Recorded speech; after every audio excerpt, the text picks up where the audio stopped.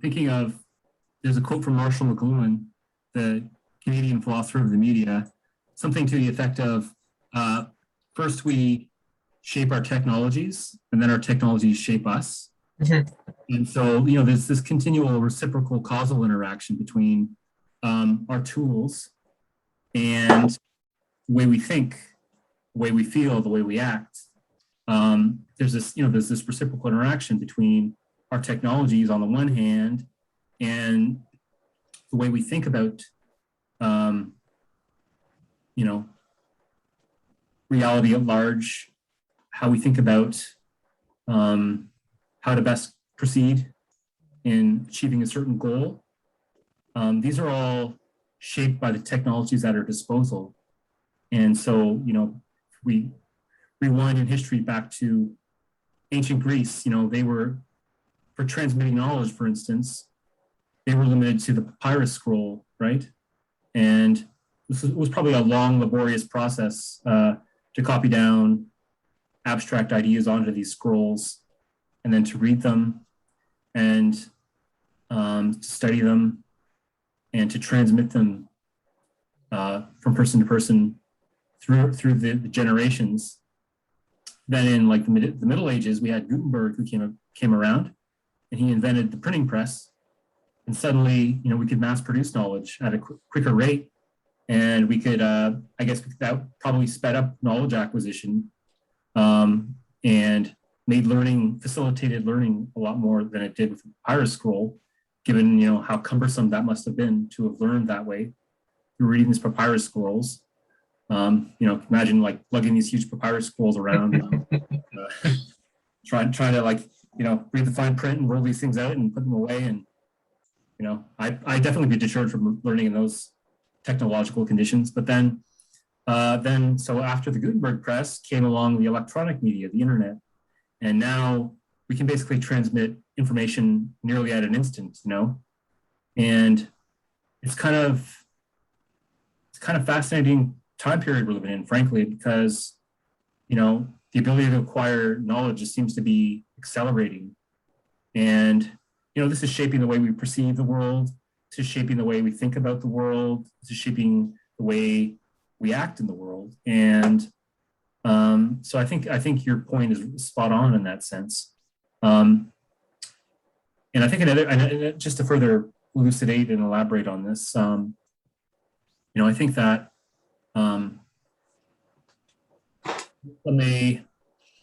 I think it's a useful distinction insofar as it explains why and how human beings think and feel and act. And theoretical wisdom kind of accounts for how people develop knowledge in order to understand how reality works, and so that they can know cause and effect. And I mean, from a naturalistic and evolutionary point of view, this makes a lot of sense. It has adaptive value. Knowing that putting my hand into the fire causes me excruciating pain, was no doubt a useful generalization, the useful principle of cause and effect. And no doubt it helped my ancestors, no doubt that it helps me, no doubt that it'll help my posterity. And so in that sense, yes, I agree with this construct, this construct of theoretical wisdom for those reasons. I also agree with the construct of practical wisdom for somewhat similar reasons. Like I said, knowing that exercise is good for me, that it builds muscles, that it increases endorphins, that it increases mood, and so on and so forth, and that I know how to exercise using the proper techniques. These are all things that have adaptive significance. And so, yes, I agree. I agree to these constructs. I agree to this way of understanding wisdom. Now, there's this question we need to ask. This is a central question: is are theoretical wisdom and practical wisdom mutually exclusive, right? And in my view, these are my reflections. And I think the German poet, scientist, and philosopher Goethe summed it up aptly when he said, "In the beginning was the deed." and this is from his famous play Faust. And I guess such a statement gets to this notion that our knowledge of how something is done precedes our knowledge of why certain things are the way they are. So, first and foremost, we are beings and we are actors in the world, and only maybe secondarily, thinkers and philosophers who think about the world and the nature of reality and so on and so forth. So there might be some primacy there might be some primacy to practical wisdom, and that comes from a developmental and evolutionary perspective. Maybe that comes first, and then we come to develop a more theoretical understanding of the universe. I mean, that makes a lot of sense. Think of primitive man, for instance, our hunter-gatherer ancestors. I think for them, in the beginning would have been the deed, right? In the beginning would have been, knowing how to spear a saber-toothed tiger or the antelope on the savannah to avoid getting killed, or for acquiring meat for sustenance. And only secondarily did we understand that, that certain cause-effect relationships were in place. So, for example, we come to an understanding of why that worked, why hunting, hunting a certain animal in a certain way, why that was efficient, by reflecting on those things. I definitely am more inclined to that, and it kind of turns the sort of Christian idea of, first was the word on its head. And yeah, I'm definitely more inclined to that disposition of, first we know how to do something. We figure out how to do it, and then we through observation, we learn why things are done in a certain way, sort of from maybe almost like an anthropological perspective. It's like we learn, oh, this is the way that certain cultures engage with the world. Why? Why is it that, when you grow up, you learn, basic ways of behaving. It's the idea of the camel for Nietzsche. First, you transition from you become a camel. So you take on all of these burdens, all of these sort of norms, these normative ways of being. And then you sort of try to reflect on, wait, why am I doing these things these ways? And that might result in certain sort of rejections of tradition.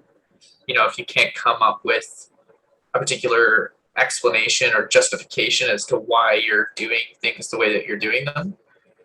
And then hopefully, if you reject them in a certain way, you come up with your own way, or you find your own justification or your own reason for returning to those traditions. If at first it didn't make sense. Yeah, I think that's a good way of summarizing sort of my perspective. Right. Yeah, no, I mean, it makes a lot of sense. And I mean, think about riding a bicycle or something, just something kind of a garden variety example. When you learned to ride a bicycle, did you go read a manual on the mathematical equations that describe the physical principles that explain how it is to ride a bicycle properly? Not necessarily, right?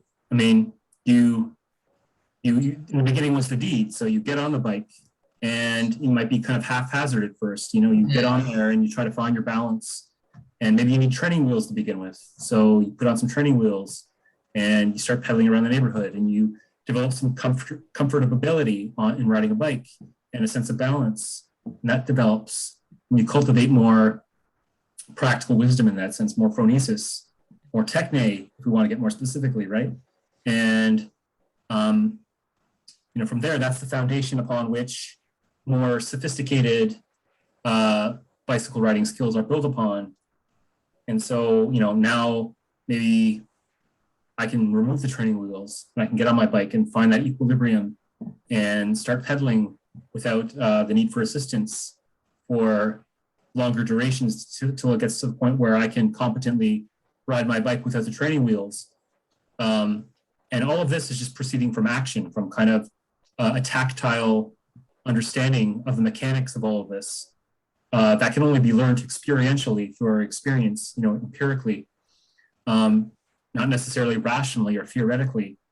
I mean, if I study a book on the physics of riding a bike, that can definitely provide me with maybe a more meta awareness of what I'm doing, a mindfulness of the mathematics that are at play when I perform this, delicate act, this sensory motor action.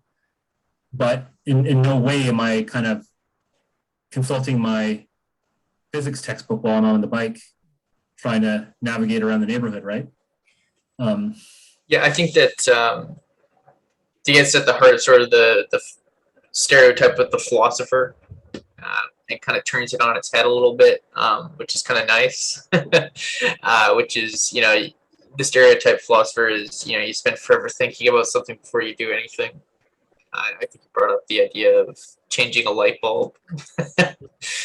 The stereotypical philosopher sits there and thinks about it all day. I